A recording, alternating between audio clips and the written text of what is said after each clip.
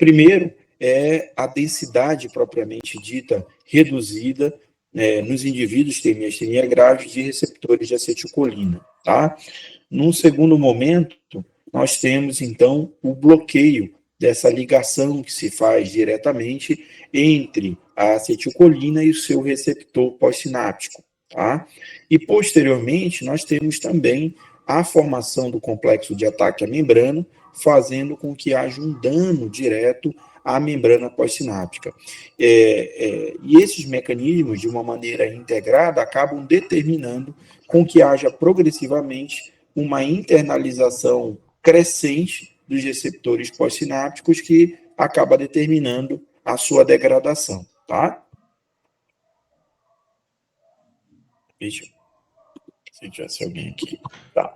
Então, nós temos alguns autoanticorpos já bem descritos na literatura que demonstram uma relação fenotípica muito interessante com a miastenia gravis.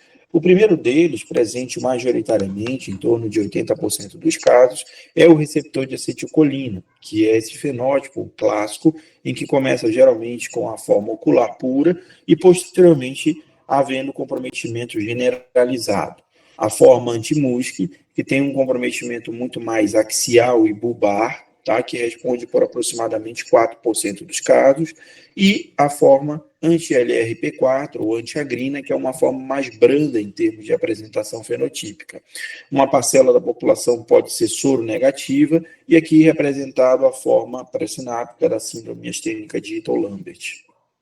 Então, nós temos alguns autoanticorpos relacionados diretamente a algumas proteínas, como a rianodina e a titina, que são, não há um fenótipo característico desse grupo de proteínas, todavia, parece haver uma maior incidência de casos graves e relacionados a tumores, tá? Notadamente timoma. Então, nós temos dois grupos de condições do ponto de vista de apresentação. Primeiro, a apresentação precoce e, segundo, a apresentação tardia.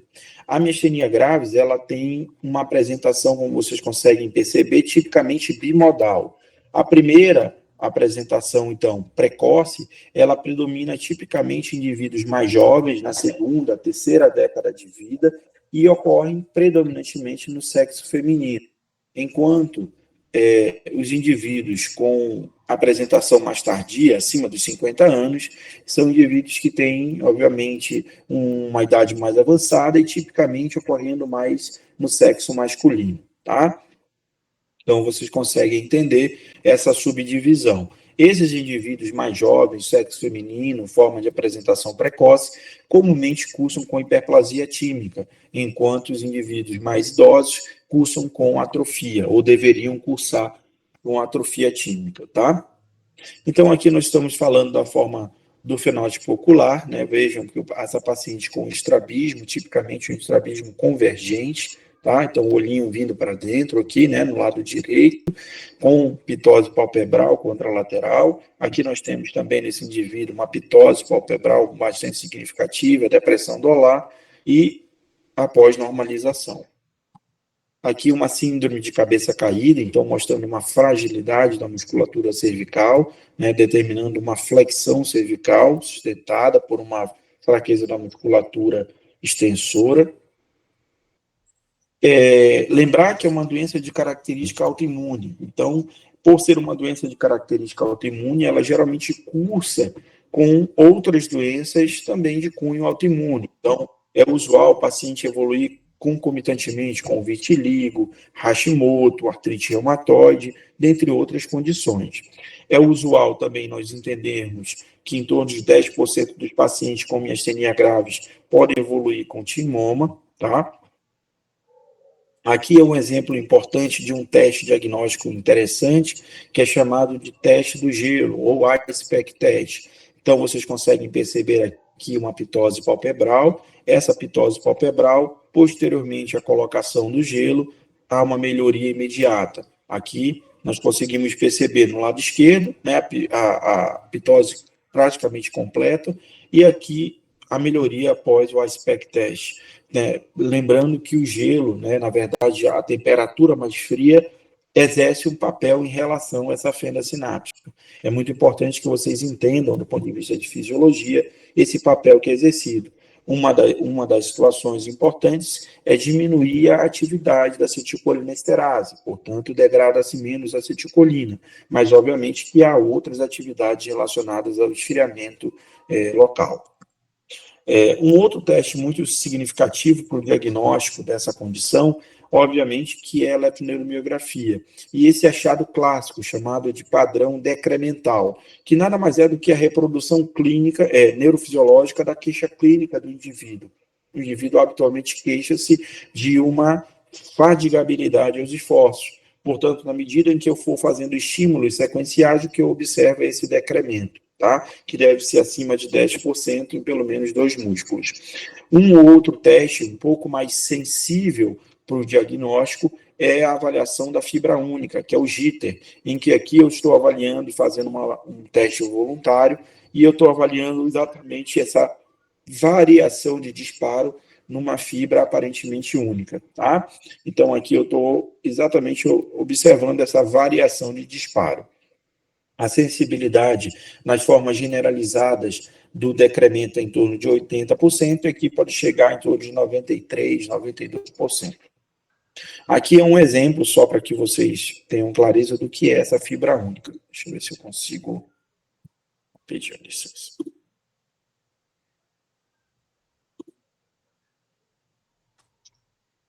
Tá aqui. Então, exatamente esse disparo. Isso é marcado uma fibra e é medido exatamente o disparo da segunda, tá? Essa variação. O tratamento da miastenia, ela se baseia num tripé. A fase sintomática, em que eu vou tentar inibir a acetilcolinesterase, portanto, permitindo com que a acetilcolina fique mais tempo na fenda, que é a piridoxigmina, e o tratamento imunossupressor, que é a tentativa de se reduzir gradualmente, obviamente, aqueles anticorpos circulantes e, obviamente, o dano direto sobre a placa, né? De uma forma de transição em mais célere, nós temos a corticoterapia, e uma forma de modificação de doença e poupar o uso da corticoterapia, nós temos os imunossupressores e imunomoduladores, azatioprina, ciclosporina, ravulizumab e assim por diante. Nos quadros em que nós estamos frente a crises miastênicas ou diante da refratariedade, é muito importante que nós pensemos nas alternativas como a férise e a imunoglobulina. Aqui é o papel do timo, né? Vocês conseguem observar o timo.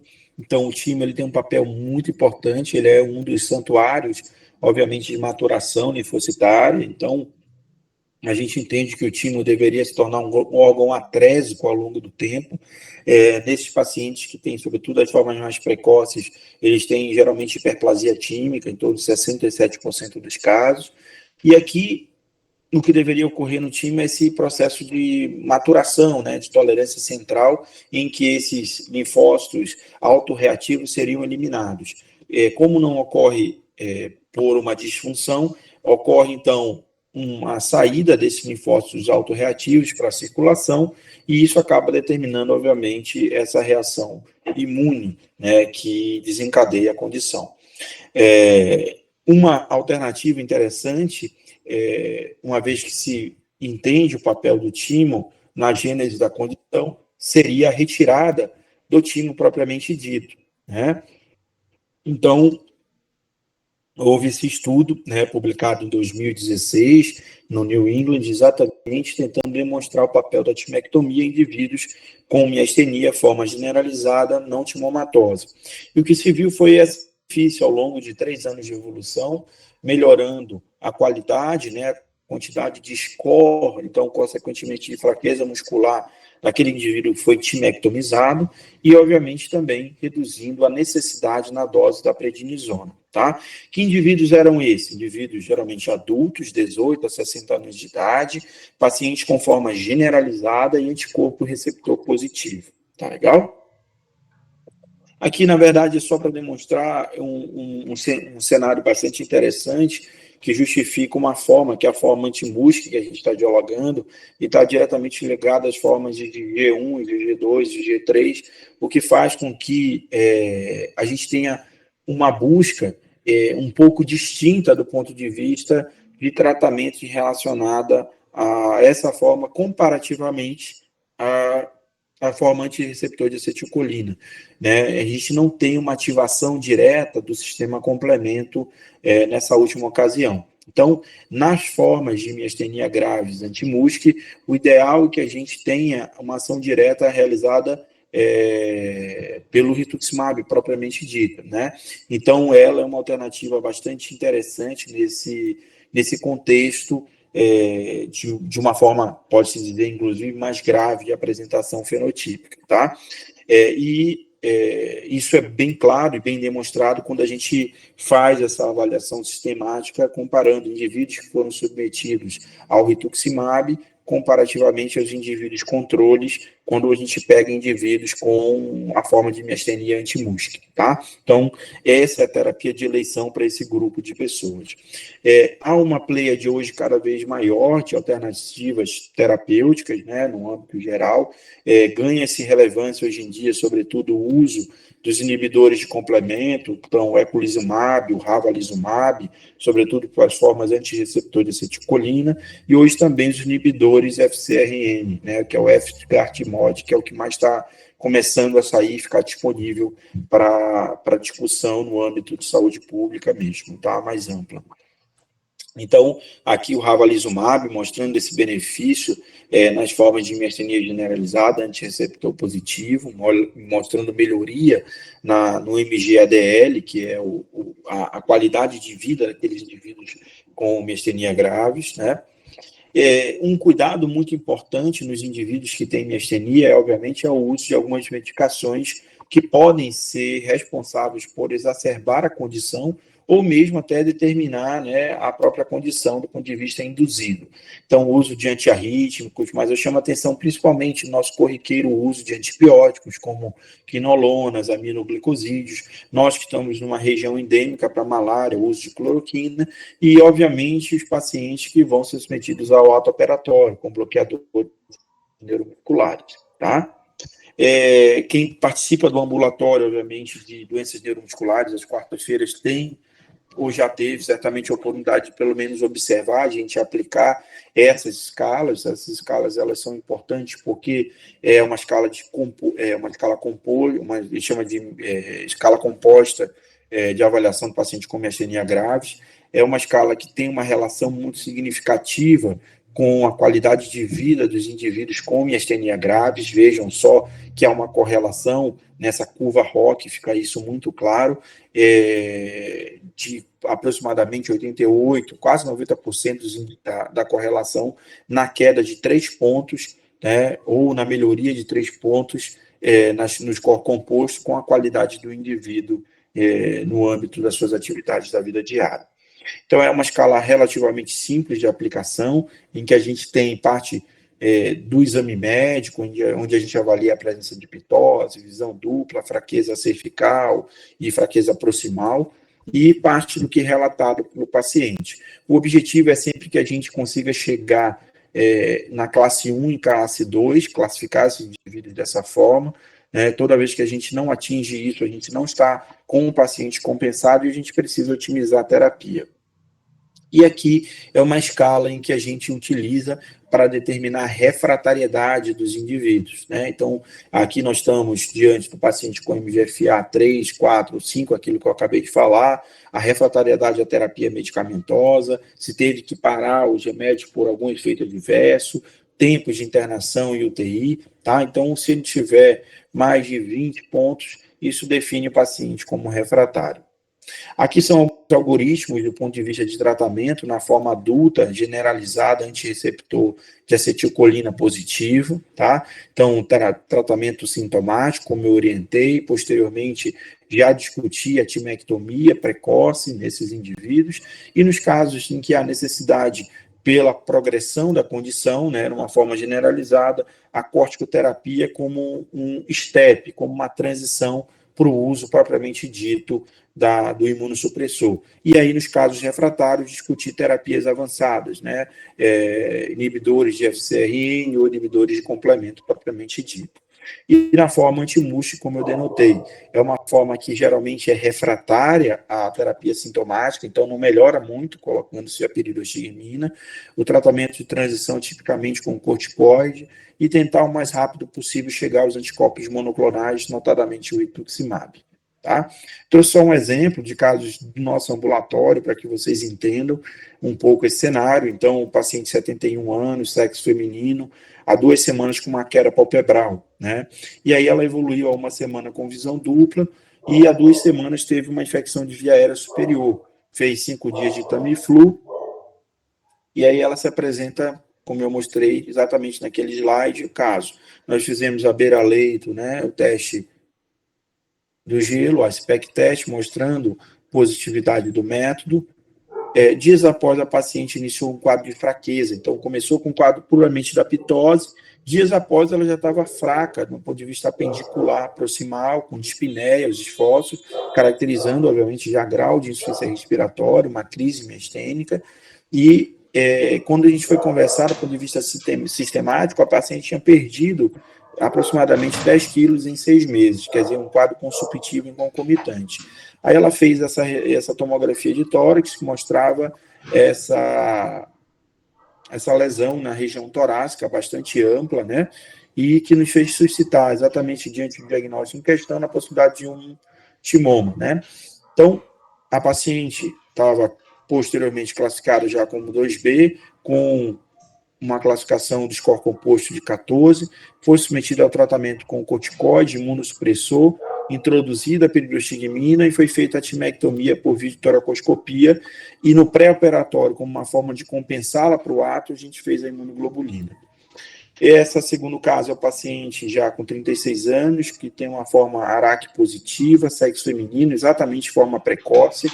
É uma paciente que o objetivo de trazê-la, para ser bem objetivo, é tentar mostrar a vocês uma refratariedade sustentada. Vejam, a paciente usou 1 ano e meio azatioprina, com 3 crises, foi para a UTI, posteriormente usou ciclosporina, foi para a UTI, com 2 crises miastênicas por 1 ano, depois fez micofenolato por 1 ano, mais 2 crises miastênicas, foi para a UTI novamente. E nesse caso, o que a gente está diante? Né? O que eu vou fazer nesse cenário? Como o ciclo não é fácil, foi feito na época, só tinha disponibilidade, foi feito o rituximab, embora a gente entendesse que o Ritux, obviamente, era para a forma anti-MUSC, né? Então, ela fez 2 ciclos, chegou a se manter somente com MGFA4A e uma crise miastênica no período. Foi tentado o ciclofosfamida diante disso, e foi o período que ela teve melhor resposta. Ela não teve crise miastênica, ela chegou no objetivo, que foi o MGFA de 2, todavia ela teve episódios de cistite recorrente, não incapacitante, e alopécia, ok? Ela não queria, na época, gestar, depois decidiu gestar, então vejam que o cenário nunca é muito simples, né? Então isso fez com que a gente tivesse que suspender a única terapia que tinha trazido benefício a ela, né, ao longo desses anos de evolução, praticamente 5 anos. E aí a gente suspendeu a ciclofosfamida, manteve a observação clínica, corticoide, e como nada é simples, esse é um caso real, né, nada é muito simples, veio a pandemia. E aí ela teve Covid, 5 episódios com PCR, aumento de títulos confirmados, chegou a fazer a avaliação na infectologia, tendo sido indicado o uso do Evusheld, que é o anticorpo, né? Não tinha indicação de vacinação por estar imunossuprimida e teve, obviamente, durante todo esse processo, múltiplas crises miastênicas, com necessidade de UTI, intubação, ventilação mecânica, e durante todo esse período que a gente fez foi se basear na literatura e tentar manejar o quadro apenas com imunoglobulina intravenosa, tá? Aí, obviamente, o cenário em questão, hoje ela se apresenta dessa forma em termos de tratamento, vejam que ela não está compensada, tem um score composto 37, o normal podem chegar até 50 máximo, então bem descompensada ainda, vem mantendo, mesmo já tendo falhado, porque é o único disponível, o micofenolato, corticoide, sintomáticos e imunoglobulina, e vejam que se eu pegar exatamente aquele score de refratariedade, olha lá, quantos pontos ela tem? Precisaria só 20. Ela tem 51. Então, é um paciente realmente que tem um conceito de miastenia refratária. Então, nesse momento, é o momento em que a gente discute o uso dessas terapias complementares, né? O efgartigimod e o ravulizumab, que agora, a partir desse ano, está sendo discutida a introdução dentro do sistema público de saúde pela vigilância sanitária, tá? Pela Anvisa. Obviamente com custo muito alto. E por último, né, a paciente com pitose palpebral, 32 anos de idade, uma IVAS acabou desencadeando essa fadiga, essa começou a evoluir com pitose, diplopia, qual a conduta? Foi dado Mestinon, ela não respondeu, teve efeitos adversos. Rapidamente evoluiu com sintomas bulbares, disfonia, disfagia, cabeça caída. Foi feito aférese, dosagem do anticorpo antimúsculo que veio positivo. Ok? Fez azatioprina, já solicitou o rituximab, porque a gente sabia que não iria responder, né, a asa. Então, foi feito nesse período até conseguir o rituximab, que é judicializado, 3 ciclos de aférese, porque ela fez três crises miastênicas, ok? Então, nesse período, ela fez o rituximab e, graças a Deus, ela vem mantendo uma boa resposta terapêutica, né? Então, eu sempre brinco que tem que pensar que a miastenia não é leve, e sim ela é grave. Não é à toa que, anteriormente, a taxa de mortalidade no paciente com miastenia era em torno de 50%. Hoje, a gente conseguiu, com as terapias vigentes, uma taxa inferior a 2% ao ano. Então, me coloco à disposição para dirimir alguma dúvida em relação ao cenário da miastenia, enquanto eu abro aqui do músculo, tá?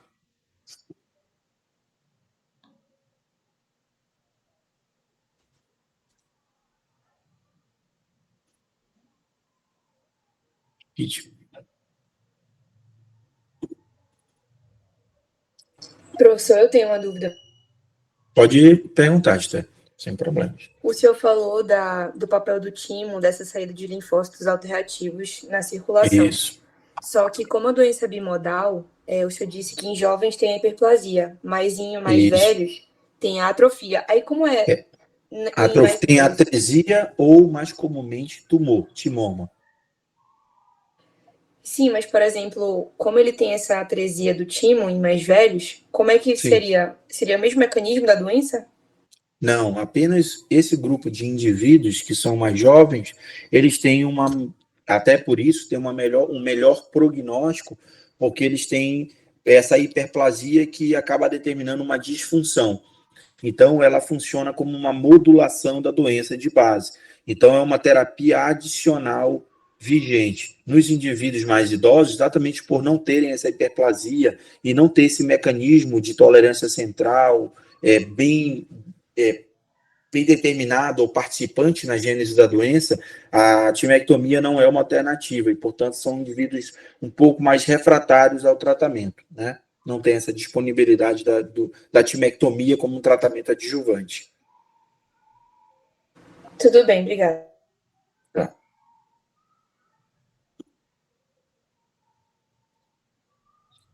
Vocês estão vendo essa do músculo, diagnóstico diferencial das miopatias? Positivo. Tá, legal. Então, a gente vai conversar um pouquinho sobre músculos. Obviamente que é uma aula densa, né? O objetivo é que vocês tenham uma noção sobre doenças do músculo de maneira um pouco mais clara, mas longe de mim que vocês tenham um conhecimento pleno sobre a temática que é complexa. Então, nós temos dois tipos básicos de fibras musculares, né? Fibras do tipo 1 e as fibras do tipo 2. As fibras do tipo 1 são aquelas fibras de contração mais lenta, tem uma resistência à fadiga, são bem fortes e geralmente se utilizam no metabolismo oxidativo. Já nas fibras do tipo 2, elas são aquelas fibras de rápida contração, com uma resistência mais fraca em relação à fadiga e se utilizam no metabolismo glicolítico. Então, são as fibras do tipo 2 que são usadas inicialmente quando a gente começa a fazer um esforço, tá? E quando a gente vai se mantendo e sustentando o exercício por longos períodos, aí a gente começa a utilizar o mecanismo oxidativo, que são as fibras do tipo 1. Então, se eu estou aqui diante, por exemplo, a TPase 9.4, né? É uma reação que se utiliza no metabolismo glicolítico. Então, aquelas que coram mais estão usando glicose, portanto, são fibras do tipo 2, mais escuras, né? Que coram menos, fibras do tipo 2B. E as fibras que não se coram nada são as fibras do tipo 1. Já é o inverso na reação de Cox, citocromoxidase, em que a gente está utilizando o metabolismo oxidativo. Portanto, aquelas que se coram são as fibras do tipo 1 e as que não se coram, fibras do tipo 2. As doenças do músculo, então, são doenças da musculatura esquelética, que também podem ser doenças herdadas ou adquiridas. Quando é que nós suspeitamos, portanto, efetivamente, de uma doença muscular? Basicamente, quando nós temos fraqueza, né? Então, a fraqueza muscular, ela pode ser uma fraqueza muscular não progressiva, tá? Estática, assim como o paciente se apresenta, ele se mantém ao longo da vida com uma leve variação. Eu posso ter uma fraqueza muscular progressiva ao longo do tempo, posso ter uma fraqueza muscular que progride, ao mesmo tempo tem um fenômeno chamado de miotonia, que é um déficit no relaxamento. Nós temos os fenômenos episódicos, né, que se dão como uma paralisia periódica ou uma miotonia isolada. E nós temos o último cenário, que é o paciente que vem com uma fadiga precoce, com uma mialgia, com cãibra, ou episódios isolados de rabdomiólise, tá? Na fraqueza muscular, então, na primeira síndrome, né, que é o grupo dos pacientes com fraqueza muscular não progressiva, nós estamos falando de um paciente que tem apenas, quando eu olho a biópsia, uma alteração funcional ou estrutural sem áreas de necrose. O grande protótipo aqui são as miopatias congênitas, né? Então, essas miopatias congênitas são doenças não degenerativas hereditárias da musculatura esquelética. O fenótipo de apresentação clássico desses indivíduos é o bebê hipotônico, a hipotonia neonatal. Então, é o paciente geralmente com uma fraqueza muscular de início precoce, generalizada e de predomínio geralmente proximal, com uma leve redução dos reflexos profundos, tá? Então, nós temos aqui alguns exemplos, a biópsia, né, de miopatias congênitas. A miopatia tipo central core, então no centro está falhando, né, que vocês conseguem perceber nessa reação de NADH, tá?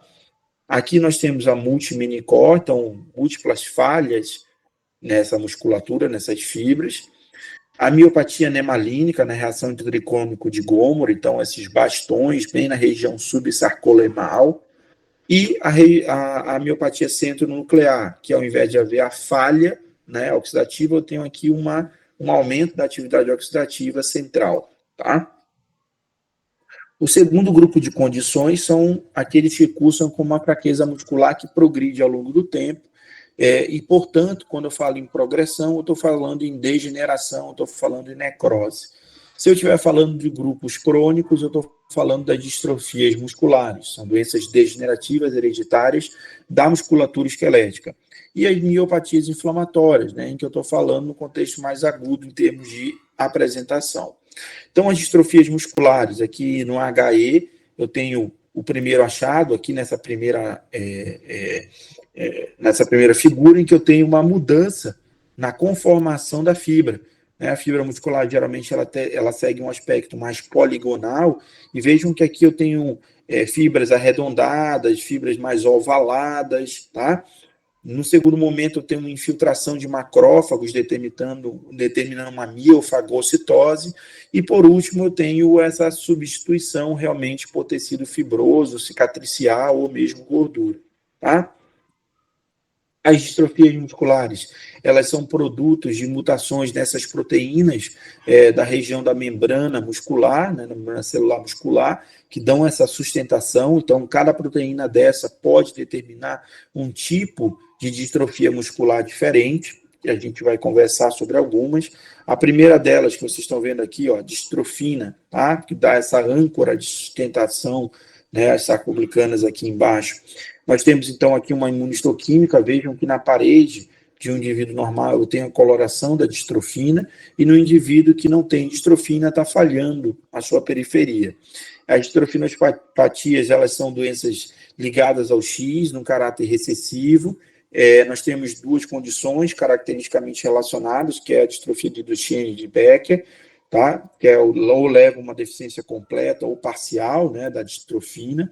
Ela é caracterizada por um aumento muito substancial de CK, uma destruição maciça do músculo. Anteriormente se fazia e era necessário biópsia. Hoje em dia, com análise molecular, a gente consegue, obviamente, suplantar essa necessidade. E o tratamento ainda vigente, obviamente, a corticoterapia, embora hoje nós tenhamos, inclusive, possibilidade de terapia gênica num grupo muito segmentar de pacientes, tá?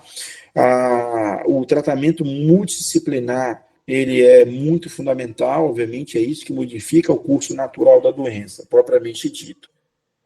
Então, um achado clássico dos pacientes com Duchenne, né, que é essa pseudohipertrofia das panturrilhas.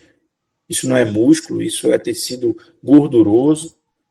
As distrofias de cinturas, que podem ser autossômicas dominantes ou recessivas, mediante as proteínas que estão mutadas. Então, nós temos aqui alguns exemplos. A distrofia de cinturas 1C, pela mutação da caveolina, em que eu tenho uma espinha rígida bastante significativa. Eu tenho esses indivíduos com calpainopatia fazendo uma hiperlordose lombar. E tem os indivíduos que podem cursar com uma atrofia da musculatura das pernas, principalmente fazendo uma fraqueza mais distal, que nós chamamos de miopatia de Mioshi, à custa de uma disferlinopatia. Então, uma forma interessante de diagnóstico, obviamente, como eu mostrei, é o padrão imunistoquímico, né? Aquela proteína que está falhando, eu consigo determinar que ela é a causadora da mutação, a causadora do fenótipo em questão. Um outro tipo de distrofia, o nome já ajuda, é a distrofia fáscio-escapulohumeral. É uma forma autossômica dominante, em que o indivíduo tem essa característica como se fosse o braço do Popeye, né? Ele tem uma atrofia humeral e preservação do antebraço, tá? Ele tem, tipicamente, uma escápula alada, atrofia da musculatura do peitoral, e o riso, que se torna aquele riso mais horizontalizado, denotando, então, a fraqueza facial, a fraqueza escapular e a fraqueza humeral. O terceiro grupo de condições, nós temos a fraqueza muscular progressiva, com miotonia, né, que é um acúmulo de RNA, obviamente, mensageiro anormal, e nós estamos falando das distrofias miotônicas. Então, Steinert, que é a forma tipo 1, acho que semana passada nós tivemos no ambulatório uma família com Steinert, né, que então nós temos o achado clássico da miotonia, uma forma autossômica dominante. Então, nós temos aqui essa miotonia como um achado característico da condição, né? Vamos ver se aparece aqui.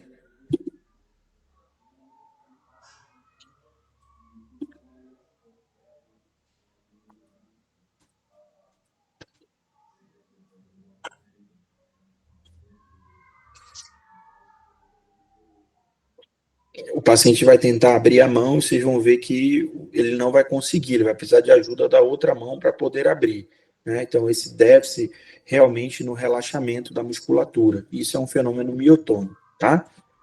Então, essa face característica, que nós chamamos de faces em machadinha, com atrofia do temporal, um alongamento da face, o olhar meio caído, né? E o achado na eletromiografia característico, que é esse padrão de descarga miotônica, em que nós chamamos de Watson-Wane. É uma doença multissistêmica que cursa, obviamente, com fraqueza muscular, mas, além disso, o grande problema é a alteração cardíaca, com arritmias, miocardiopatias e a alteração precoce no cristalino, determinando catarata. Dentro do grupo das miopatias inflamatórias, chama atenção sempre, né, para as dermatos, polimiosites, em que a gente tem na dermatomiosite tipicamente essa atrofia e esse filtrado inflamatório perifascicular. Por se tratar de uma vasculite, eu tenho infiltrado no endotélio do vaso, enquanto na polimiosite eu tenho já um infiltrado endomisial, né? Aqui eu estou falando de resposta predominantemente humoral e aqui uma resposta tipicamente citotóxica.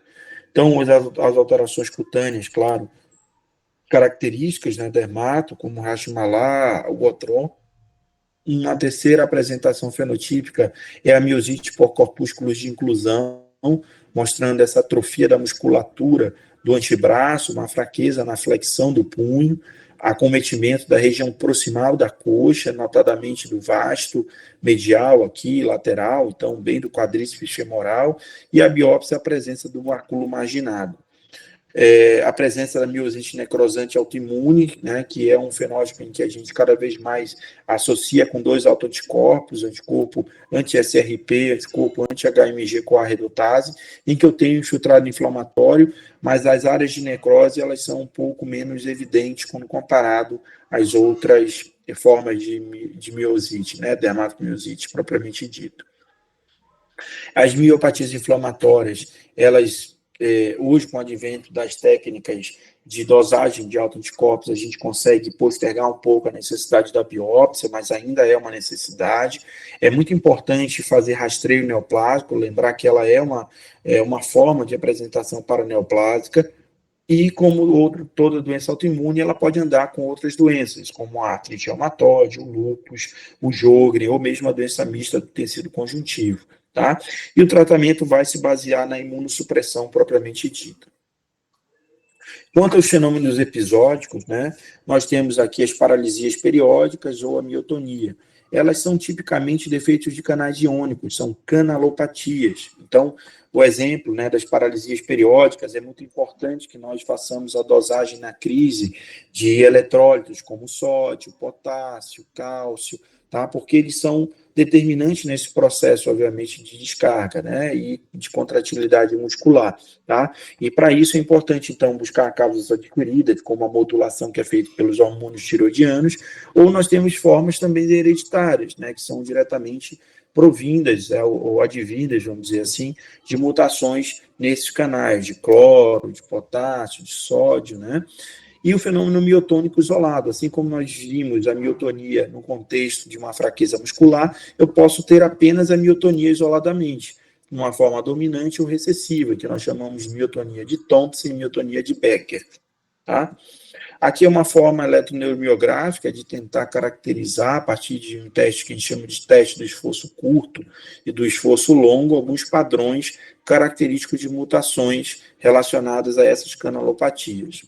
E o último grupo de condições, que são aqueles que cursam basicamente com uma fadiga, com mialgia ou episódios de rabdomiólise, né? Então, como a gente conversou, no primeiro momento, quando eu estou fazendo atividade, o que eu consigo utilizar inicialmente é o glicogênio, na medida em que eu mantenho o esforço, eu tenho, então, a mobilização de ácido graxo. Durante todo esse processo, eu estou utilizando a cadeia respiratória, que é o ciclo de Krebs, né?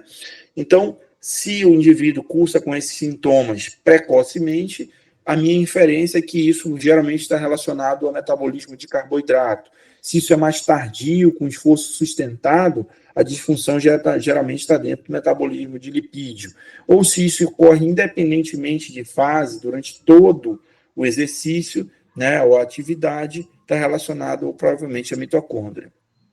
Aqui nós estamos, então, com um exemplo de uma miopatia metabólica lipídica, ok? Em que eu tenho a deficiência de carnitina. Aqui eu estou usando uma coloração de gordura, que é o oil red, né? Então eu tenho um acúmulo típico, vejam, de gordura no lisossoma, tá? Aqui na microscopia eletrônica fica mais nítido esse acúmulo de gordura. Já no carboidrato, um achado típico é a doença de Pompe, em que eu tenho, né, nessa coloração que a gente chama de ácido periódico de Schiff, o acúmulo de glicogênio, ok? E, por último, a disfunção mitocondrial, em que eu tenho, nessa coloração que vocês já viram anteriormente, que é o tricrômico de Gomori, rasgadas, né, e vermelho rasgadas, porque eu tenho um depósito, tipicamente, de mitocôndrias, né, na sua porção mais periférica, subsarcolemal. É um achado bastante característico de disfunção mitocondrial primária ou secundária. E aí eu tenho formas de mitocondriopatia, uma delas eu trouxe aqui, que é a melas, em que eu tenho esse destaque, essa necrose cortical, né, laminar, podendo cursar o paciente com encefalopatia mitocondrial, com acidose elástica, quadros de AVC-like, tá? Então, é uma forma bastante pleomórfica em termos de apresentação, tá? Obviamente, como eu disse, o objetivo é que vocês tivessem uma clareza, uma noção um pouco mais ampla em relação ao quadro, tá? E a partir daí, obviamente, eu continuo me coloco à disposição para que a gente possa dirimir alguma dúvida.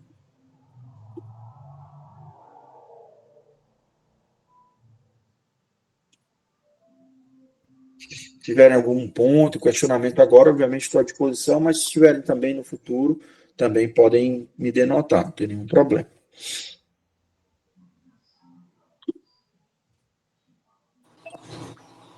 Por enquanto, não.